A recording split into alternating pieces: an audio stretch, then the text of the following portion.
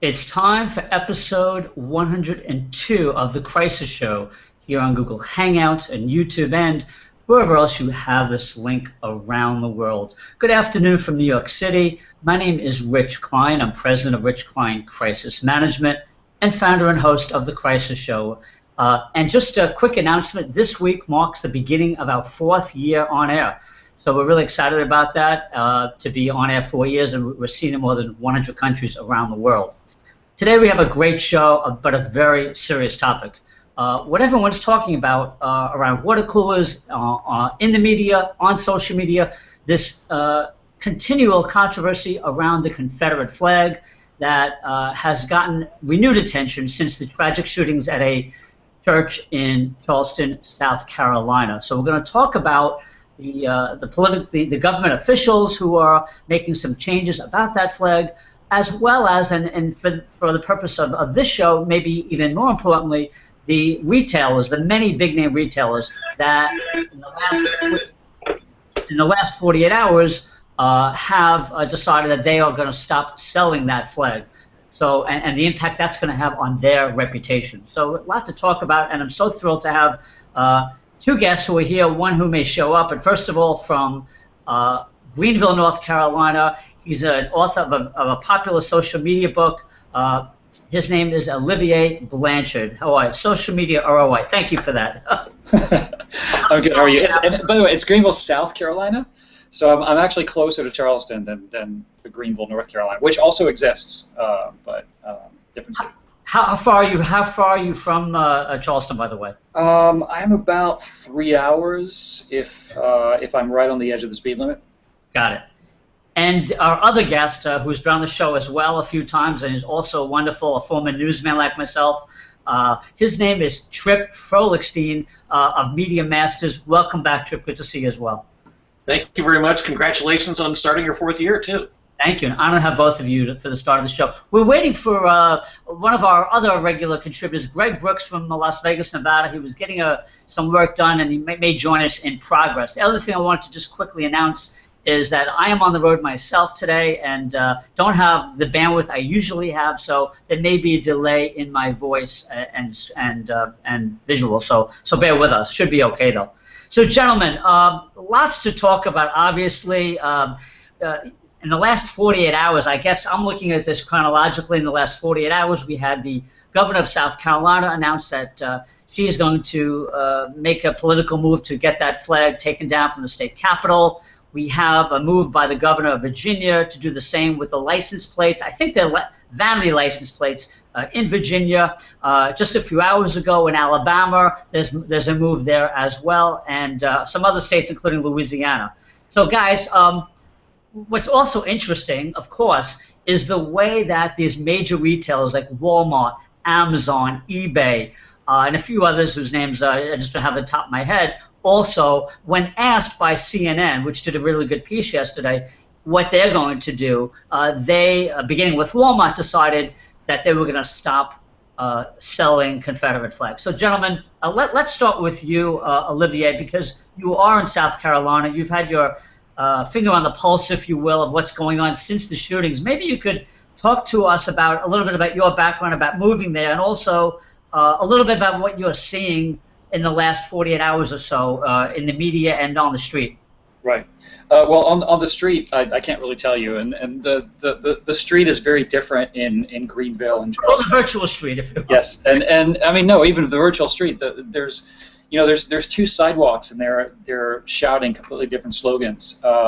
So it's been a very kind of contentious and divisive conversation, if you will, or double monologue in South Carolina. And on the one hand, you have one group of people that more closely echoes, I think, the United States as a whole, and even the greater world, looking on, which is saying, look, we understand the pride thing and the Confederacy, and your great-great-grandfather fought in the war, blah, blah, blah, but the Confederate flag is a symbol of racism and oppression and white supremacy.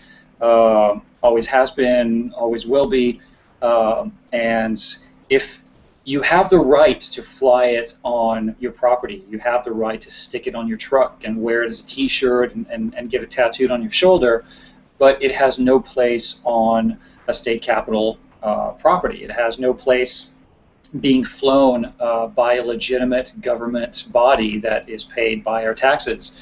And so you can put it in museums, you can put it on your mantle, you can fly it in your front yard, but it needs to go away from the state capitol. And then you have another group that's saying, no, nonsense, this is my heritage, and my great-grandfather or great-great-great-grandfather fought and died or fought and bled to defend this flag, and it is 100% representative of my Southern identity, and so it's completely valid, and it needs to stay, by golly, because it's ours and nobody can tell us to move it.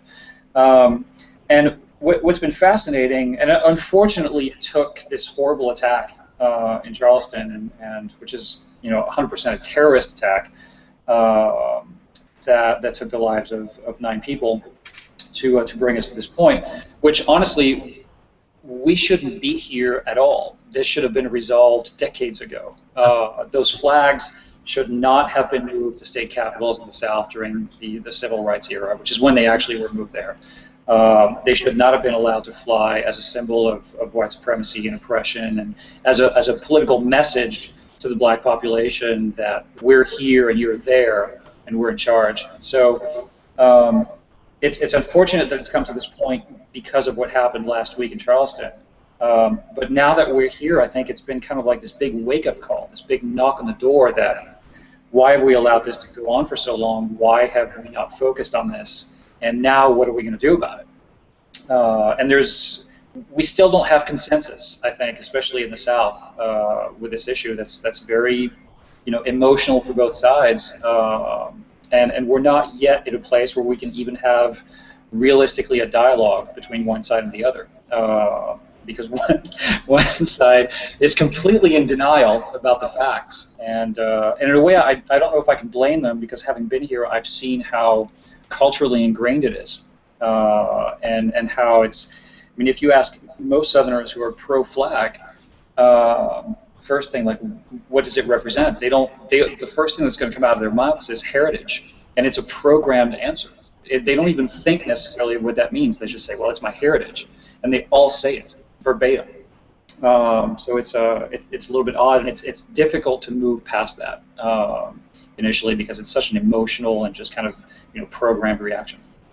Yeah, thank you for that. Tripp, you're also in a southern state. You also saw Ferguson up close. And actually, I think there was an act of vandalism against a Confederate flag monument park, I believe, not far from you.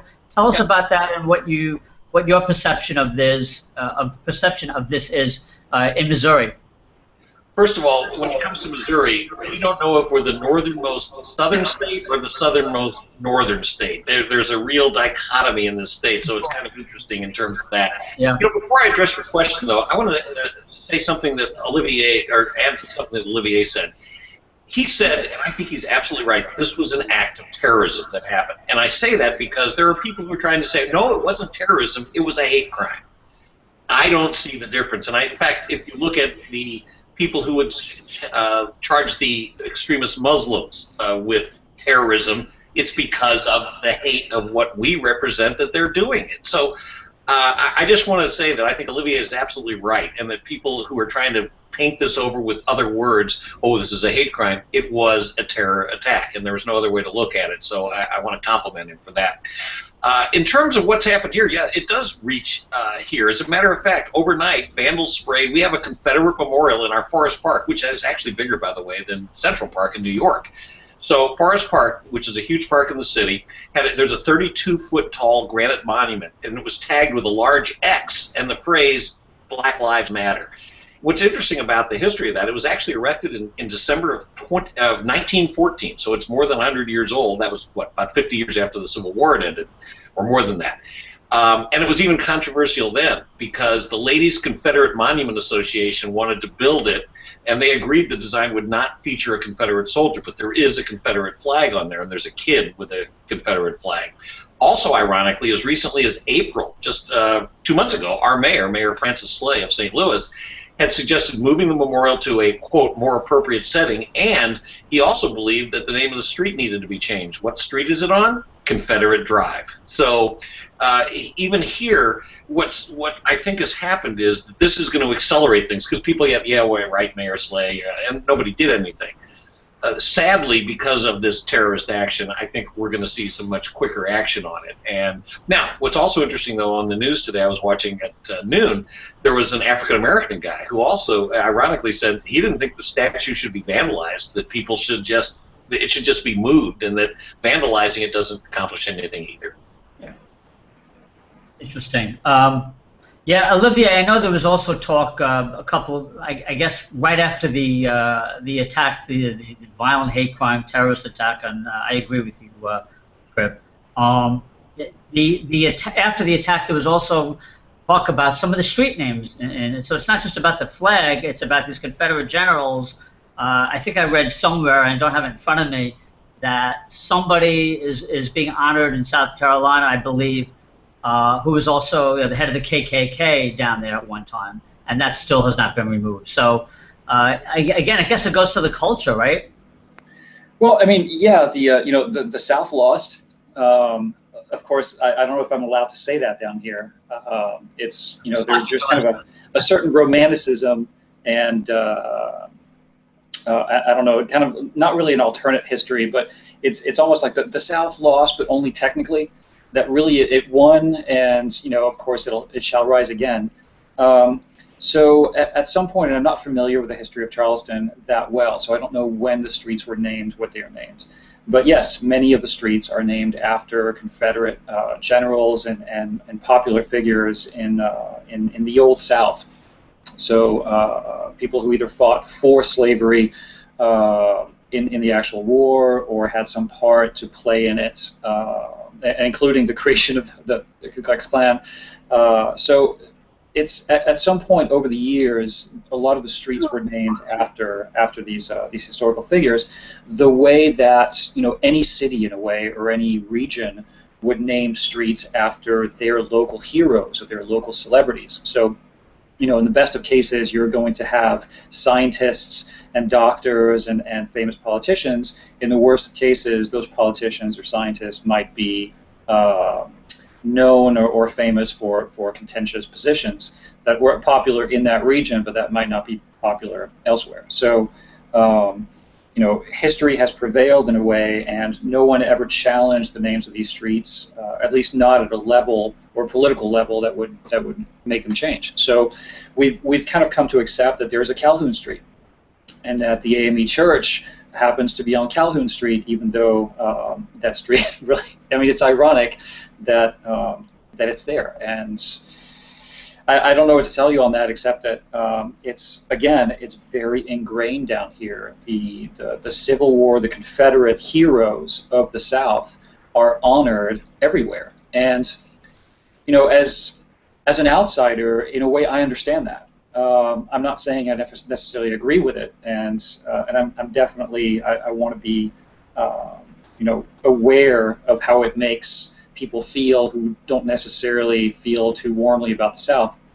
But I understand the impulse behind it, because every single city and every single state and every single country around the world does this and has always done this. So I don't want to throw the book at the white South Carolina establishment for having chosen to honor its Civil War heroes when the vast majority of people, and especially white people in South Carolina, find that perfectly okay, or at least have in the past. So here we are. Yeah, I just want to, as a sort of related to this, I want to read something that kind of just connects it for me. This is from the Anti-Defamation League, and just for disclosure, many years ago I was the media relations manager there, but I continue to follow the things that they do and do a great job at fighting bigotry. So they put out a statement through their Southeast Regional Director out of Atlanta, applauding Governor Haley's immediate and bipartisan efforts to remove the Confederate flag. And I'm just kind of paraphrasing here, gentlemen, and for our viewers. Although displays of the Confederate flag in the context of museums historical reenactments, or textbooks may be appropriate in the 21st century, this symbol of hate and oppression has absolutely no place on the South Carolina Capitol grounds or any other government facility. Regardless of intent, such government displays implicitly convey an acceptance of racism and hatred left unchecked can lead to horrific consequences. So yeah, I think that just was, made some sense to me, in terms of how you use, how this flag has been used and could be used. Right. And there's still, the issue of this alternative history in the South where, the flag represents the bravery and the sacrifice and states' rights, and it doesn't represent racism. And, I have to take offense to that because, even though there's a form of indoctrination that happens here, that happens anywhere really, but here it manifests itself as this. A lot of people in the South have this massive blind spot when it comes to the reality of what the flag represents, and what it represented in 1861, and then when it represented in the 1960s when it showed up again on these state capitals. And I just want to read here, since we're quoting, the cornerstone speech, right, which was given in Savannah, Georgia, on March 21st, 1861. So not long after the Civil War started.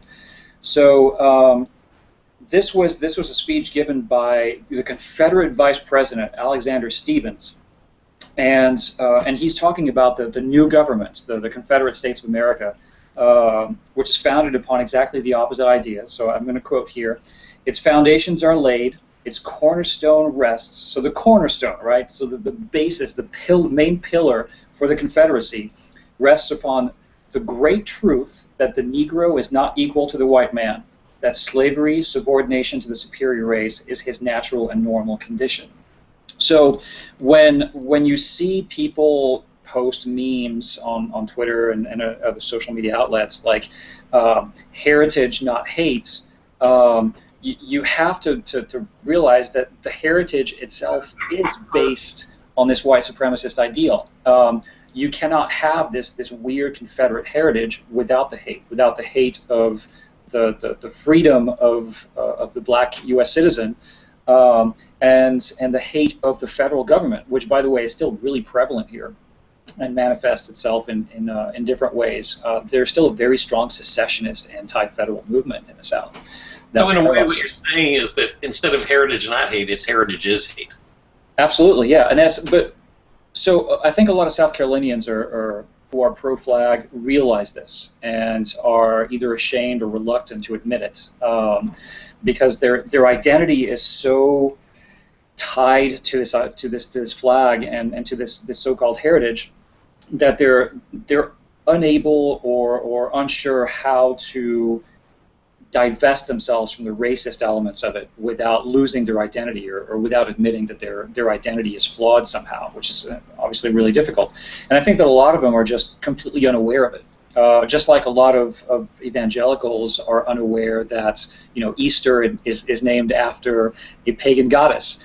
There's either a deliberate reluctance to admit this stuff and to deal with it, or there's just a real true blind spot of they've never even thought of it because they haven't been exposed to it. Yeah, and Tripp, did you want to say something? I'm sorry, go ahead. Yeah, I want to kind of dovetail on what you're saying and kind of ask a question since you're there in South Carolina. Is that the problem with the legislature? I mean, as anybody's watched Larry Wilmore or the Daily Show, they're really onto this flag thing. Like, why can't you just take it down now? Right. What is taking so long? Is that part of what's taking so long? Is their unwillingness to accept this, or I mean, because I don't understand why the flag wasn't down yesterday. No, I heard it was illegal. There's some stuff I read at least that there's. Well, they have to do it at the legislature, but why can't fast track that sucker? Vote now. We vote, take it down. Done. Well, because and again, I'm going to go ahead and give a high five to Nikki Haley, even though Larry Wilmore did take his back. She was a little ambivalent, and she was actually really politically correct in the way that she addressed it. She addressed both sides equally, and it was really empathetic, and it was nice. And for the governor of South Carolina to take the stance of, I understand your side and I understand your side, the way she did, might feel like a slap in the face for some people, but at the same time, she's supposed to represent everybody. And so she did the right thing. However, I don't know if you saw this, but there used to be this, like, one of the most famous segregationists in the U.S. Senate was Strom Thurmond. We know about him. We're older than you. We know about him. All right, so you know Strom Thurmond. His son, Paul Thurmond, is a state senator. Yeah. So he's down here in South Carolina, and he spoke this week, and he made a very different speech from the one that Nikki Haley did, in which was a really honest and visceral speech, in which he completely went the other way and condemned the flag and basically said, look, it's always been a symbol of oppression and racism, and it needs to come down. And I was looking for my political purpose in the Senate, and now I found it. Wow. And it was a beautiful speech and amazing, even more amazing than it would have been if he had just been a white state senator in South Carolina, because of who he is and what family he comes from. But I think when you look at the political unwillingness of certain state representatives to even consider the motion, and obviously they want the flag to stay, I can't speak to their personal motivations. I can only guess at them. So some of them might actually be pro-flag and completely 100% believe that it belongs there. But at the same time, as political animals, as political entities, they're well aware of what their constituents want. They're well aware of what will happen to them if they make the wrong decision in their districts about this. So even if they want to move the flag or don't care, they have to take a stance based on their own political survival. And I think that, you know, some political figures in South Carolina will say, what the hell, I don't care, I'm just going to do the right thing, whatever the consequences, which is the essence of leadership, while others may feel like, you know, I really don't want to go back to being an ambulance chaser. I really like being a state representative for my district, and so I'm going to do whatever I need to do to keep my seat in the next election. Because I know what will happen if I make a moral stand against the will of my own voters. Yeah. So yeah. You know, I just want to pick up on something you kind of reminded me of it, Olivier. Thank you for that. Basically, what we're learning from these announcements, whether it's from government officials or corporate spokespeople, is that some of them are getting up and making a big stand, as the governor of South Carolina did, which I think she had to do because of what happened. And then you have this governor of Alabama, I'm just reading right now, Governor Robert Bentley, this was today, ordered the removal of 4 Confederate flags from a memorial at the Alabama State Capitol on Wednesday amid the growing controversy, blah, blah, blah. Now, he did that without fanfare. They came down about 10 a.m. and they were asked about it. The spokesperson said, the governor does not want the flag to be a distraction. There are a lot of other things we are focused on. We have a tremendous budget issue. And it says 5 workers, including 2 wearing landscape operations T-shirts, unceremoniously removed the flags by first lowering separate flagpoles, then unsnapping and folding the individual banners as a handful of photographers recorded the scene. So it's very interesting because it kind of leads me to the next section of our program, which is how companies like Walmart, like Amazon, like eBay, when asked, and I believe this all started because CNN was doing a story and basically put the microphone to them and said, hey, what are you guys going to do? And Walmart was the first big company to do this. And Olivier, in the green room when we were talking earlier, you made a valid point, which I totally agree with, which is, you know, Walmart caters to that other customer as well, and they were walking a fine line, I'm sure. And they are based in Arkansas, headquartered there. So it was very interesting. What I found interesting about Walmart, I'm going to try to find their actual statement. I haven't found it yet. But basically, they were asked by CNN about this, and they said, yeah, I guess they got back to them and they emailed a statement. So the reason I bring this up for our viewers' benefit, those of you in business and nonprofits who are watching, sometimes a crisis like this can land on your doorstep because of something happening somewhere else. But the other thing I would say about that is the mistake that Walmart made, and people are praising Walmart for doing this, and I do have some praise for them, but the thing that you have to do, if you're really proud, if you're going to run your company on trust and transparency and credibility and be of high moral ethic, if you will, then why wouldn't you share that news with the world? When you just email a statement to the media because they asked you, to me that's not enough. It's a good start, but if you're really proud of taking a stand, and to your point, Olivier, I like what you said, that's what leadership is about. Well, I believe that's also what leadership is about. So for those of you watching, don't just email a statement to the media if you're proud of taking a stand. Send it out there. Put it on your Facebook page. And the reason I raised this is I looked at Walmart's Facebook page today. There was no mention of it at all. And I think that's just a missed. I mean, it's not a crisis for them, but it's a missed opportunity in my view. So I want to just direct the rest of the show a little bit to some of the corporate stuff. And gentlemen, what do you think about what I just said and what Walmart did and the other retailers, if anything? Can I mess you up a little bit here? Please, feel free. I want to jump back to the politicians for just a second because I think all right, we'll give you 2 minutes. Thank you. Well, I won't even take that long. I think we missed an important area though, and that is watching candidates who I, by the way, consider quite spineless before they made the decision, before Nikki Haley came out and said it. You had at least 4, and they happen to be Republicans in this case, 4 candidates who all, when they said, well, should the flag be removed, the answer is, that's up to the state. And they wouldn't say, by the way, I recommend the state pull it down, right? They were just absolutely afraid. And to me, that's, you talk about leadership, whether it's corporate or political, to me that was a really sad occasion that they wouldn't take a stand, that they were afraid because of their base or whatever, to just say, it's up to South Carolina, but I hope they will take it down. Nobody, at least the 4 of the candidates, Huckabee being one of them, wouldn't say anything about it. So that was the one thing I wanted to say that really annoyed me. Take a stand, and we can agree or disagree with it, but they're so afraid of votes that they're not necessarily, that whatever happened to doing the right thing. And anyway, you remind me of one person just real quickly, Lindsey Graham. He did good today. He was a great example because on Sunday, I think it was on one of the morning news programs, that it's kind of complicated, we're not sure what we're going to do yet. And then he came around finally because he came to his senses and the political pressure, I guess, got to him. But that's exactly that. That's the kind of spineless leadership you're talking about, I guess, right? Right, and I got to tell you, Lindsey Graham was really, when I saw him either last night or today, I forget which, he finally took it. It was one of the first times I said, now there you go, there's a guy doing what he should have done before, and the fact that he didn't is sad. Anyway, moving back to the corporate area, I just want to, one other thing I thought was kind of interesting was listening to Bill Kristol. Bill Kristol is upset that Amazon... For those viewers who don't know who he is, let's tell our viewers who he is. He is a conservative, very conservative commentator who, as many people on the liberal side like to say, is usually wrong about everything he says. He had all kinds of predictions for the last few elections. None of them came. He was wrong on everything. But that's not the point.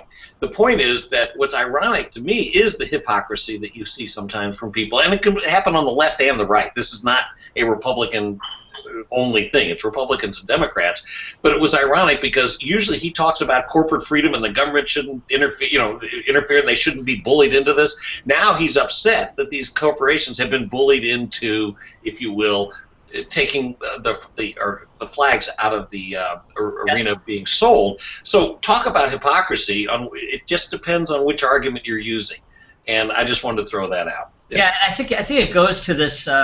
Some of the sound bites that I've heard, Tripp, this expression of so-called political correctness, right? This is like the Fox News mantra, that the liberals are pushing this and blah, blah, blah. And they just still don't get it. So. Right. No, well, it's also about money. Keep that in mind, and then I'll shut up, Olivier. But remember, these corporations are not altruistic. What they're doing is making a judgment ultimately based on profit. And we always have to remember that, too, that it's not necessary, even though it may be the right thing, who knows what the real motivation behind it is. Yeah, and I'm glad you raised that because let's look at the product. I mean, come on, Walmart, first of all, is not going to lose that much in sales because they're not selling a Confederate flag. That's not their bread and butter item, if you will. They don't really have a bread and butter. They sell everything, right? But will people who are upset at them all of a sudden not go there? That's the question they have to ask. I still think people will. My sense of the consumer mind is, they on this kind of issue maybe, but most people will still shop there because the prices are low and it's convenient I agree. Rationalize it at some level, and we all do that. We all do that. We all buy stuff. I mean, I love my iPhone. Am I happy it was made in China with possible slave labor? Absolutely not. But we all have to make our own personal rationalizations. I think that is the case. But I think your point's very well taken. Don't get me wrong. I think corporate reputation does matter, and the bigger the issue, the bigger your reputation is at stake. But Olivier, you want to jump in on that a little bit? Yeah. Actually, I want to go back to something that came up in the green room. You asked me you asked us if we thought that social media had a role to play in this, and a role to play in this in terms of these decisions by major retailers to either ban or reject Confederate merchandise. And in this particular case, I don't think so, or at least not to the extent that we've seen before. So there was no organized boycott. There was no snowball effect of people in social media, on Twitter, calling for specific retailers to do this. Nobody asked them to. I don't remember seeing a hashtag or anything, stop selling the Confederate flag. It wasn't like a case like Chick-fil-A or Starbucks or other retailers that have been pressured by massive crowds through social media in the past. This was almost like a spontaneous thing. Like you said, the catalyst may have been the CNN interview, and then it was kind of like a domino effect of, oh wow, if Walmart's doing this, we need to be doing it too.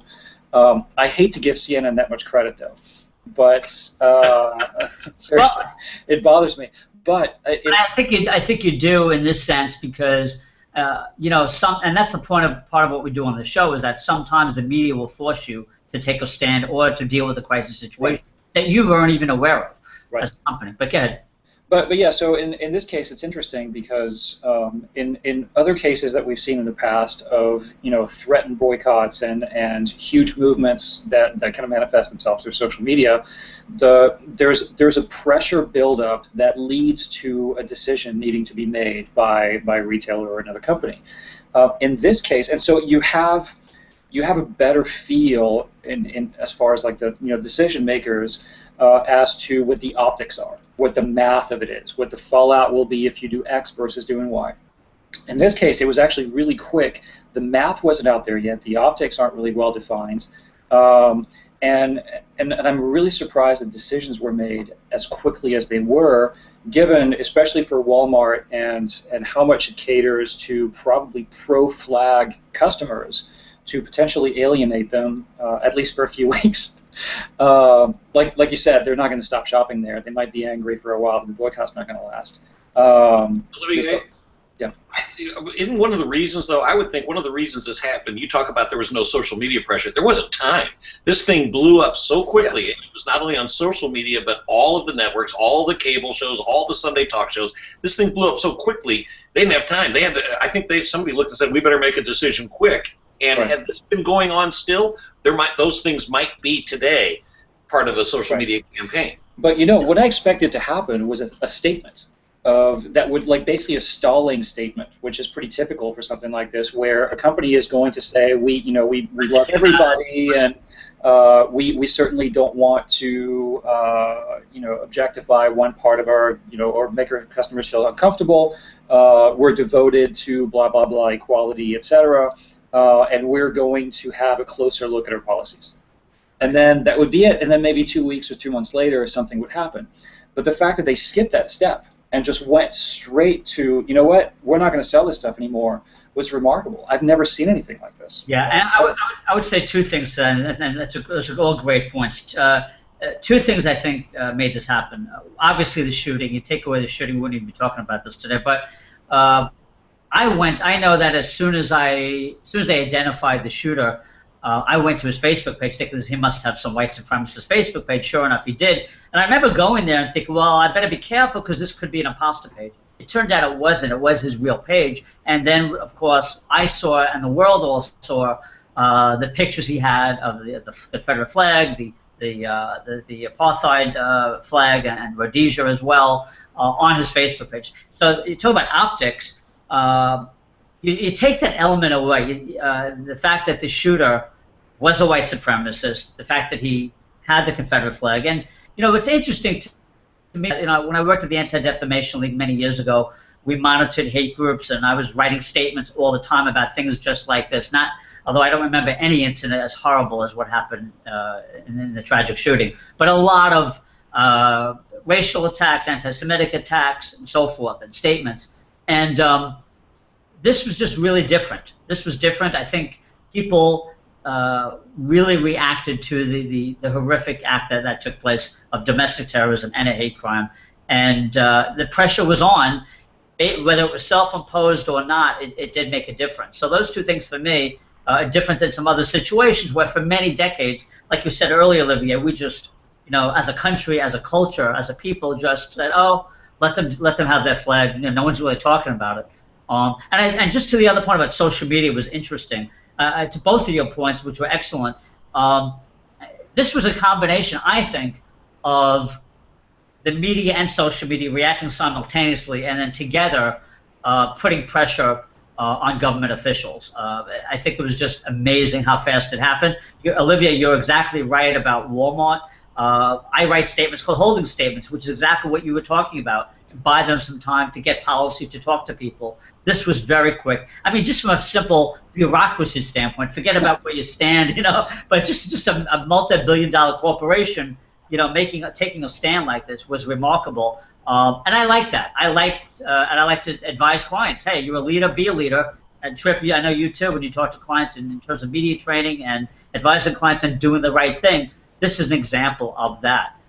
It'll be interesting to see what other companies follow suit. There's another element to this, gentlemen, we haven't touched on, which Rich, before you go on, yep. I think you said something really important before that I want to emphasize, and that is that it was those pictures of him with the flag. If he had yelled out what he said, that these people must die and they're doing all these bad things, but there had been no pictures of the flag, this would just be this would be a quote hate crime or terrorist crime, but we wouldn't be talking about the flag. So really, people who are upset about this can thank Dylan Roof for that.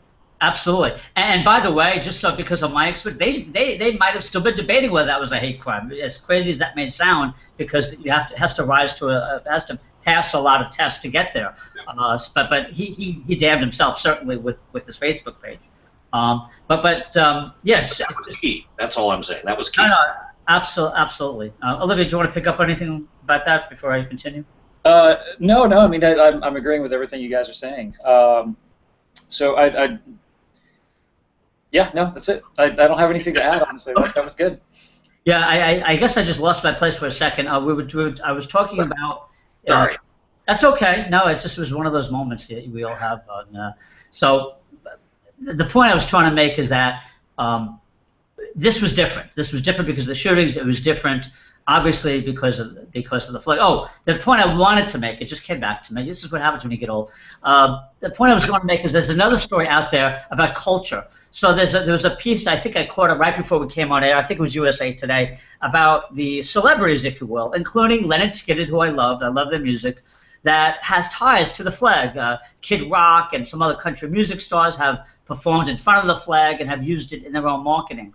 So this is going to be very interesting as well in the next few days and few weeks to see if any of these, entertainers, celebrities, will move from that. The Dukes of Hazzard actor was quoted also, the former actor for that show, which was known for its flag, is going to continue selling flags in the stores he owns, but Warner Brothers, I understand, I think it was Tripp, you mentioned this to me earlier. Warner Brothers has decided to stop licensing a particular piece of Dukes of Hazzard merchandise that features the flag. Fascinating. So that's really interesting because you're changing an original TV show, so that's just fascinating to see that we're going on the top of the car. Yeah, that one's a little tough though, because I mean, okay, I get it. Also, I don't want to overreact on this because there is context, and so that's what it's yeah. So I mean, like flying the Confederate flag on the state capitol grounds is completely inappropriate because of the symbol it represents, and basically the implicit or even explicit endorsement of that ideology by a state legislature is just abhorrent. But at the same time, the Confederate flag painted on top of the General Lee in the Dukes of Hazzard is a completely different thing. not or the Leonard Skinner concert, you know. Right. Well, Leonard Skinner concert, I don't know because I'm not a fan, and I'm honestly not familiar enough with the fan community and the broader culture of the Leonard Skinner band and whatever. But you know, the Dukes of Hazzard was a very innocent kind of whimsical show. It's childish. It poked fun at white Southern stereotypes. It wasn't mean-spirited. It didn't promote the Confederacy. It was like, in a way, it's so cartoonish that it's almost silly to target the General Lee. It's almost like it's comedy. Leave it alone. So, and I don't know. Maybe I'm totally wrong about this. Maybe this is my blind spot as a French guy and as a white guy.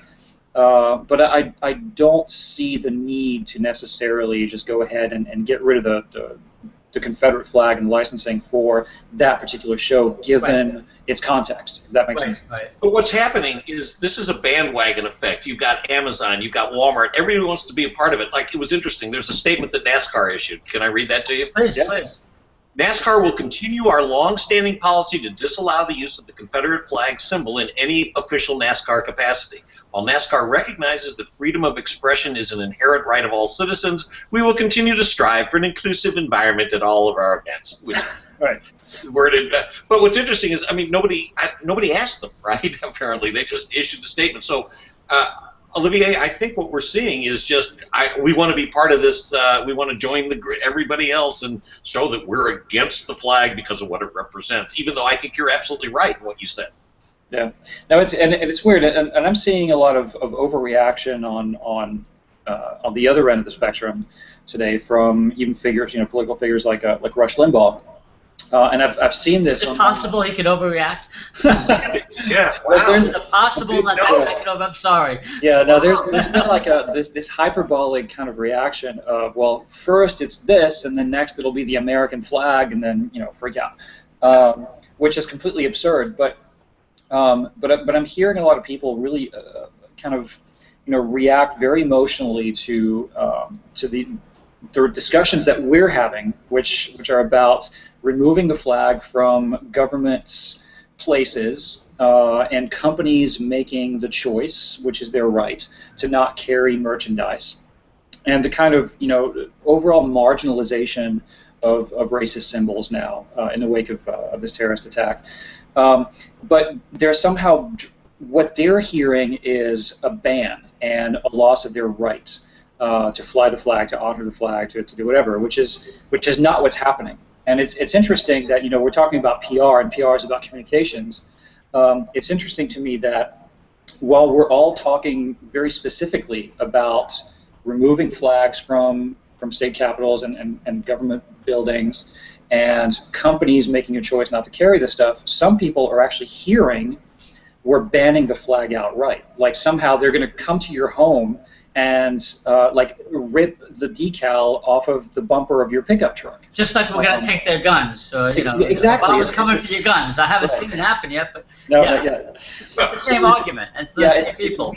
Like somehow there's some forces in some movements are capitalizing on this by creating this fear that your freedom are being taken away from you because your flag isn't going to be flown in your favorite state capital, and I find that fascinating because the dissemination, the crafting of that message and the selling of that message through various kinds of media is actually effective, and that's a form of PR as well. And I was wondering. That's very interesting, and I just want to pick up on that. I'll just say, hypocrisy. These are the same people who are like, kids don't say Pledge of Allegiance anymore to the American flag. They don't go to church. The people are burning the American flag. Oh, but we're going to fight for the Confederates. So it's, you get the same people are making two different arguments very often. Tripp, what are your thoughts about what Olivier just said? I concur. It's just kind of like we were talking about Billy Crystal. The hypocrisy. Not Billy. Bill Crystal. Good point. A whole different person. ISTOL. Very different. Yeah. Right. It's completely different. Anyway, it's the same kind of thing where the argument, they'll fit the argument to whatever is convenient for them. And I guess all of us, I wish sometimes could stand back as thinking people, and by the way, understand the other side. I think I think a lot of times people in the South don't understand from the African American point of view what they're even going through, because they don't just get it. And sometimes, by the way, we on the other side, if I'm on the other side of that, sometimes don't recognize that, yeah, there are people in the South, I think Olivier referred to this before, there are people in the South who truly believe it's a heritage thing, and they don't look at it as racist, and they're not racist people. They're good, caring individuals. And I also have to tell you, I was in South Carolina, in Charleston, by the way, about a month and a half ago. In fact, I stayed at a hotel right across from the church.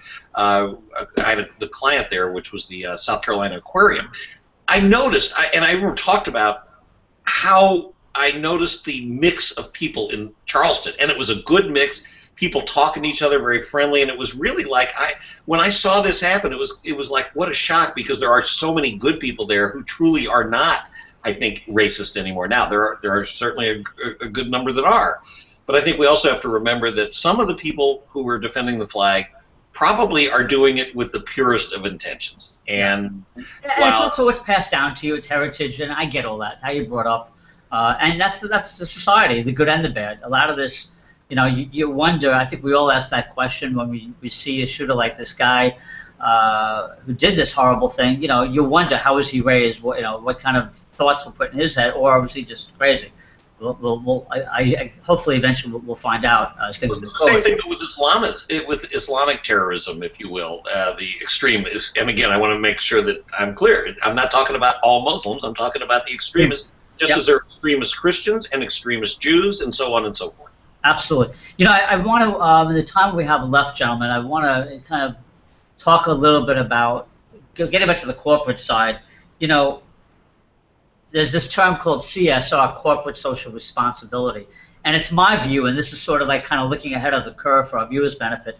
I think what we're seeing in the last 48 hours and what will continue to happen this very well could be a case study looking 20 years about how corporate social responsibility made a shift. I may be making a great leap there, but because of the kind of things that you guys have helped me understand today from reading the news and watching this, the way that companies are reacting, how fast they reacted, and not going through the bureaucracy, I wonder if you guys think this could be a pivotal point in that, just like, for example, the Tylenol crisis was in '82, Tripp, with crisis management. I wonder if you guys think that this is going to be, down the road, people looking back, hey, this is a time when CSR really started to change for the better.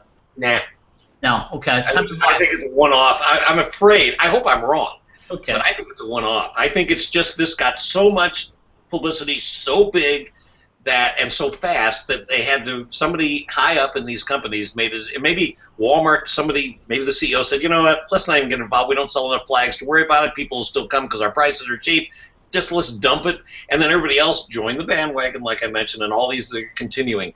But it didn't, look at gay rights, for example. Look how long it has taken for those kind of things. Most issues plod along. And I think this is, sadly, I think this is the exception, not the rule. Olivier, tell me I'm wrong, please. No, I kind of agree with you. I don't mean to be cynical or just seem cynical. You're going to kill my optimism today. I know, sorry. No, when I look at real corporate responsibility and social responsibility, what I think of more is something that's proactive. So a company out of the blue making a statement or having a policy that's forward thinking, and that's not driven by some kind of event. So when I hear the CEO of Salesforce talk about how he wants to proactively promote more women to leadership positions and make sure that there is zero pay gap between men and women, and that's not driven by a bill that was just defeated or some kind of big story in the news. It just comes out of the blue. It's just something that he's been wanting to do for a long time, and he's talking about it. That to me is an example of a real, true, genuine corporate social responsibility. When companies are reacting to pressure, whether direct or indirect, in the middle of a crisis and saying, "Oh wait, no, look, we're over here. This is our position." That's something completely different. And again, to me, the means aren't really as important as the ends. I don't care if Walmart and Etsy and eBay and Amazon were motivated by survival, if they were motivated by PR optics, if they were motivated by some kind of algorithm or projection about their sales 5 years down the road as opposed to the next 6 months. Or if it was motivated by the CEO, basically, or the board saying, you know what, yeah, this is the perfect opportunity to do something that we've wanted to do for a long time, but we're afraid to. I don't care. The end result to me is the same. So if all of these companies together, by doing this, result in marginalizing an ideology and a symbol of hatred and division and treason, if the end result is that, that's more important to me than the actual true motive behind it. Although I would definitely prefer that they take a real, true leadership position on this and do it on their own, as opposed to to waiting for the right time to do it. Yeah, I will say this. I think it's a good start. I think we talked about the speed with which they reacted. I think I'm encouraged personally as a crisis management advisor. I think I'm definitely encouraged by the way they felt the pressure and reacted and took a stand. All three of us, and many other of our colleagues would tell you that doesn't happen very often. You made a good point, Olivier. You gave me a great example earlier, the kind of holding statement, and we'll get to it when we really have to. Walmart didn't have to really get to this immediately. They could have done that. And when other companies follow this quickly, I think there is a bit of a change going on, and it'd be interesting to see what, to your point, Olivier, which is excellent, which is what else are they going to do? And I think what you're going to see is they're not going to just. I don't think they're going to just do the statement and let it go. I think that some of these companies are going to really pay attention now to these issues, to racial issues, to bigotry, to the messages they send to their critical audiences on these issues. I think you're going to see a change. I think real leadership, though, as I always say, is the actions always speak louder than words. So you have to, while it's great that they said the right things in the last 40 hours, including the governors as well, it has to be backed up by concrete actions that show your values are aligned with your statement. So there's something that's just occurred to me about Walmart since they were so quick to react. Is Walmart's kind of had a bad time with PR over the last few years, right? So they can't afford the best PR firms in the world, of course. Of course, right? But so they've been their image has been tarnished because of a lot of things. One of the main ones recently being their wages. So it's entirely possible that Walmart and Walmart PR might have been looking for ways of, okay, so we're not going to change our policies, we can't change them enough to really turn the wheel on this. So let's be conscious of opportunities when they come and be able to react. And maybe the reason why they reacted so quickly to this is because somebody realized, wait, this is exactly the kind of opportunity that we've been waiting for. Let's go ahead and leverage it as quickly as we can, because if we focus on this makes us look good. It gives us a leadership position, and we don't have to worry about this other stuff that we're not dealing with. And it's a chance for us to score some points. That could have been also part of the mission. Yeah, excellent point. It certainly deflects attention from a very hot story in the last few weeks about the wages. They just had the shareholders meeting, and some people were speaking out about that. So that's a very interesting point. Tripp, go ahead. Yeah, because I want to go even beyond what you're saying, because I agree with everything you're saying, and I also agree that words and deeds have to match, as I often say. But what's happening here is that this also is giving an opportunity for whether it's the Walmarts or others in the world to get away from another key issue, guns. I mean, totally. I read an interesting statistic that pointed out that 70 people have died from terrorism in the last 10 years or something, since 2001, and 40,000 or 400,000, some huge number, have died from domestic gun violence. And what's happening here, if you can focus this on the flag, you don't have to focus on the gun issue again and kind of keep that away, because Walmart, right, we're not selling flags, but they're still selling guns. Yeah, and by the way, I think this is something I thought about but haven't said it publicly myself. I think the people who are concerned about gun control and gun issues, about the sale of guns, I couldn't believe what I read. I hope it wasn't The Onion or something, but I don't know if it was Alabama. There was some law, a bill that was introduced to let children have guns, and I'm like, what? And I actually could not believe it. But there is a bill out there to let kids have guns under the age of 18. So, but you make a great point. Under supervision, though. I read about it. Yeah. Well, then I'm totally corrected. Thank you for that. Now, I guess that I'm okay with it. Yeah. No, it's actually a silly bill because it's entirely political. Like from a technical standpoint, it allows kids to carry guns with adult supervision or at a gun range, which they're already allowed to do anyway. So it's a little bit silly. I think it's more of an insurance thing or a liability thing than anything else. There might have been some kind of weird legal loophole before that could have increased liability for adults if a child like wounded somebody. So the point here is that the flag issue is this might even be an intentional strategy on some point. Let's focus on the flag so that people aren't focusing on the gun issue. I mean, over and over, we have these mass killings in the U.S., and of course, the Second Amendment people keep saying, don't take away my guns. You pointed out before, Obama hasn't done that yet, and I think sensible hopefully at some point there'll be sensible regulation. People have a right to have guns. I understand that, but this issue, by focusing on the flag, Walmart and others don't have to talk about the fact they still sell guns.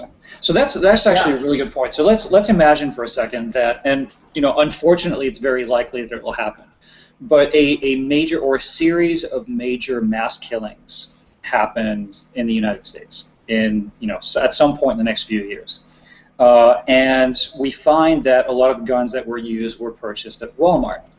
And so the story develops as where this developed and focused on the flag, we start talking, or news outlets and social media start talking about guns being sold at Walmart, or guns being sold at a number of retail outfits, or through a number of retail and online outfits. We might be in a position where here we have companies basically saying we're not going to sell the flag anymore. Could we potentially see a similar situation with guns where there is pressure for Walmart to stop selling guns, or to change its policies about how it does sell guns?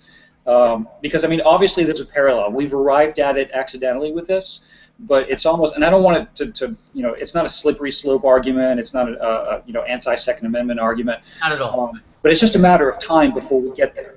So what happens when we do, PR-wise?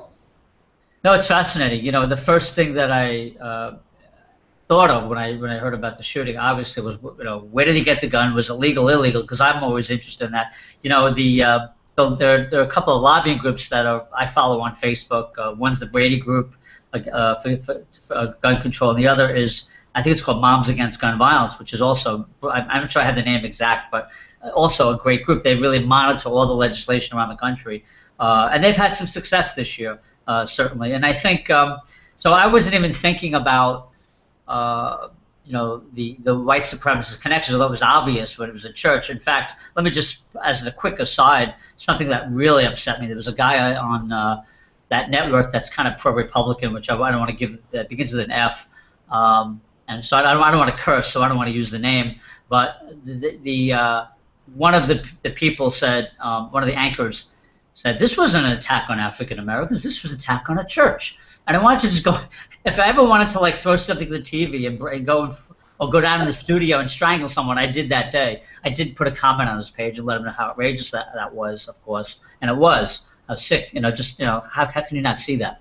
But this is about guns too, this whole thing, and I think while the subject this week is on the flags, I think we will circle back to this discussion about access to guns, and of course it's a Southern issue as well, because it's the loose gun laws of the South that allow these guns to get up here in the North to commit a lot of the crimes. That's something that's. But do you guys think that there's a possibility, there's some universe in which in the next few years, if a tragedy like this, like the one I suggested, should happen, God forbid, a company like Walmart that is, it's not built around gun sales, but it's a significant piece of its business, would voluntarily say, you know what, we did this with the flag, we're going to do this with the guns too. We don't want to be responsible for this. I don't think in my lifetime you'll see that. And here's where I'm not an optimist. Okay. Well, yeah, Sandy Hook. All those kids were killed in there, and that we've had so many mass shootings since Sandy Hook, even, and nothing's changed. And right.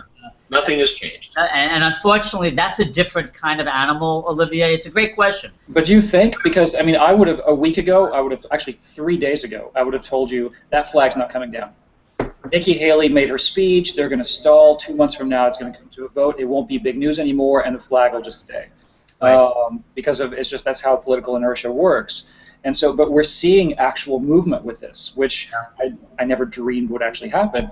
But the shooting of nine African Americans in a church is a very different optic than, you know, the hunters and the other people who like to have guns in this country and who have a very powerful lobby, as we all know. That's the difference, is the lobbying group and the money that's behind Second Amendment rights, and the NRA obviously is such a big player in that. I think, and also so many political officials, you know, taking down the Confederate flag isn't going to cost them a re-election. Changing the position, maybe with some exceptions, but changing their views on the Second Amendment or any kind of common sense gun control is the death knell for most politicians in pro-gun states. That's my personal view. Yeah, I mean, we're talking about, like, it happens so fast. We're talking about corporate decisions, though. Yeah, but I think there's a connection there. I think the business community and the government community, there is a connection in that light. So that's just my view. Fair enough. I hope I'm wrong on that one for sure. I'm a big advocate for that, and I get a lot of hate mail on Facebook because of my position, which is okay. It means I'm doing something right, I hope. But anything else on that? Very interesting point, by the way. This was just a great discussion on a very important issue, and I like to have you guys back because I don't think this is the end of the story, even though many of these stories are. I think we're going to have more stories like this in terms of discussion about race relations. I mean, this all kind of ties together. It's been a very interesting year, horrible year in a lot of ways because of the, you know, the police shootings, Black Lives Matter, Ferguson, and now the Confederate flag issue and this horrific tragedy in Charleston. A lot has happened this past year that merits long-term discussion. I think the media and social media are doing a good job of keeping attention on it without sensationalizing it too much. I think these are important issues that we should be talking about. So I think it's all healthy. Any closing thoughts? Did I miss anything that you guys want to add before we sign off?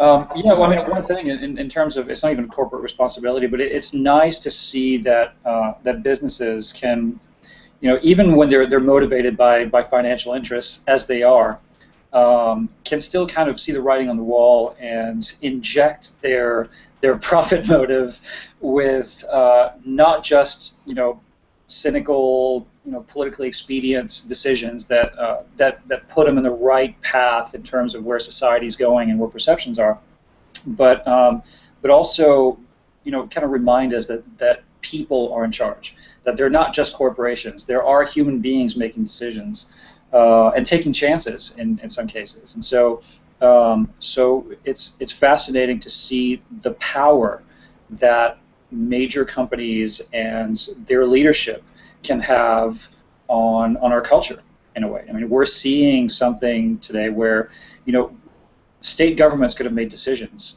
to remove a flag and put it from one place to another. The real impact that I'm seeing is these companies, through their actions, through their decisions and their policies, actually doing more to marginalize a symbol of hate and change our culture than government entities and the entirety of, you know, the social media, you know, conversation, and that's a little unexpected and cool. Yeah, and that's what I was trying to say before about business and government. I mean, that message combined can be powerful. Tripp, closing thoughts? Yeah, my closing thought is I want to come back to the importance of the comedy news shows. Jon Stewart is my favorite. Jon Stewart, who we're going to miss a lot. But also Larry Wilmore, who I think has done a brilliant job. If people watching this haven't watched Larry Wilmore, give him a shot. You may not like him the first time, but he grows on you. And the commentary on those shows, I truly believe, had a lot to do with what went on, because I think that's where a lot of youth especially gets their news, whether it's on the TV machine or the stuff that comes socially later. I mean, every day online, I see clips from The Daily Show and Larry Wilmore featured on some of the things that I get, and those are the clips that are really incisive, like Jon Stewart, for example, talking about the Confederate flag. Or in fact, the night that this happened, he didn't do any jokes. He he did his whole first segment saying, "This isn't funny," and he really said, "Let's get the flag down." And I think that those comedy folks have a potential to influence an awful lot of people. And I just think it's important to recognize that they play a role as well, and I think they played a role in this. Yeah, and that's to your point, excellent point. You know, those comedy shows didn't really, you know, exist 15, 20 years ago when I was, a little bit younger. And what's happening, Tripp, is that these shows are getting repurposed. So anytime something like that happens, the next morning or an hour from then, you'll see the video clip on the Huffington Post or something replaying it, and then that gets shared a million times or whatever. So it's not even though this is what's so interesting about the work we all do today is that the media is ever shifting, and so something like, even though they have a great amount of viewers around the country and on the internet, it's the repurposing of that content. And that gets shared on Facebook and Twitter. Hey, did you see Jon Stewart last night? Here's the clip. And that's how I get my news very often. I don't stay up that late all the time. I miss some of the stuff. But then I'll catch up through the repurposing of this material. And that's really influencing public opinion in everything we do today, including the subject we just talked about. So just an interesting observation there as well. One last thing, there was an article today in a publication that I can't remember where I read it, but it's an article about Colbert and why they think he'll be the winner in the late night wars, and it's because they think he has the best sense of digital. In fact, if you look at the fact that he hadn't been on the air in ages, but he's doing a lot of social media and online stuff, and it's going to be that marriage, the combination of the social and the network, if you will, that he's on, that could make him very successful. So I just think that when crises happen, a lot of times it's going to be the comedians who are going to have a lot to do with comedians with quotes and their commentary that will have a lot to do with ultimately the success of things happening. Yeah, and I would just say that those comedians, they're political observers, all of them. I mean, whether it's Bill Maher or Jon Stewart or Colbert, they've made the news acceptable to, let's say, Olivier's generation, a little younger. Picking on you, it's in a good way, because I think I know you're a little bit younger than Tripp and I. It's the evolution of the political cartoon, right? What's that? I'm sorry? It's the evolution of the political cartoon. We used to basically, when I grew up, it was the political cartoon. The entire issue was encapsulated in one image with one caption, and which was brilliant in its own right. And now we have a completely different medium where you can express ideas and in a much longer format. But it's the same thing. It's the same tradition, just accelerated and for our time. But there's always been a really potent medium there of combining humor and satire and politics. That's always been at the center of our culture. It was way back, certainly both and everywhere. Yeah, it's the changing media landscape, and we've talked a lot about that on the show. People are getting the news from very different sources than what we expected them from, which is why this Brian Williams thing, which I'm going to do a show on at some point, which is so fascinating to me, that they move him from the anchor seat to breaking news. And I'm like, wait a second. If he has no credibility in the anchor seat, why are you putting him over here? Yeah. That made no sense, but that's for another show, another time, gentlemen. But I thought I'd just mention that because it kind of goes with this changing media landscape. Thank you so much to both of you. Olivier Blanchard in South Carolina. There's his book. Look it up. Thank you. Social Media ROI. Yep. I like the promo there. And Tripp Frohlichstein, head of CEO of Media Masters in St. Louis, Missouri. Guys, thank you so much. I just want to make a personal plug here. For those of you who have been fans of The Crisis Show, we just recently introduced an audio-only version of the show. And if you go to richkleincrisis.com, you can purchase for very little money audio-only episodes of many of the shows that we put on air in the last, we started in June 2012. This is our 102nd episode. We're going to try to get them all up online before the summer's over. We thought we'd get it done sooner, but it's taking a little time. But we have about 20 episodes up there right away. You can look at that. For those of you who want to educate your staff, your employees, those of you who want to use it for educational purposes, it's a great library. We built it called the Crisis Show Library. Again, that's at richkleincrisis.com. So just want to get that plug in. Gentlemen, thank you so much, and I hope you'll come back again as things develop. And again, our hearts and prayers go out to the families of those victims in Charleston, South Carolina as well. Hearts are with them.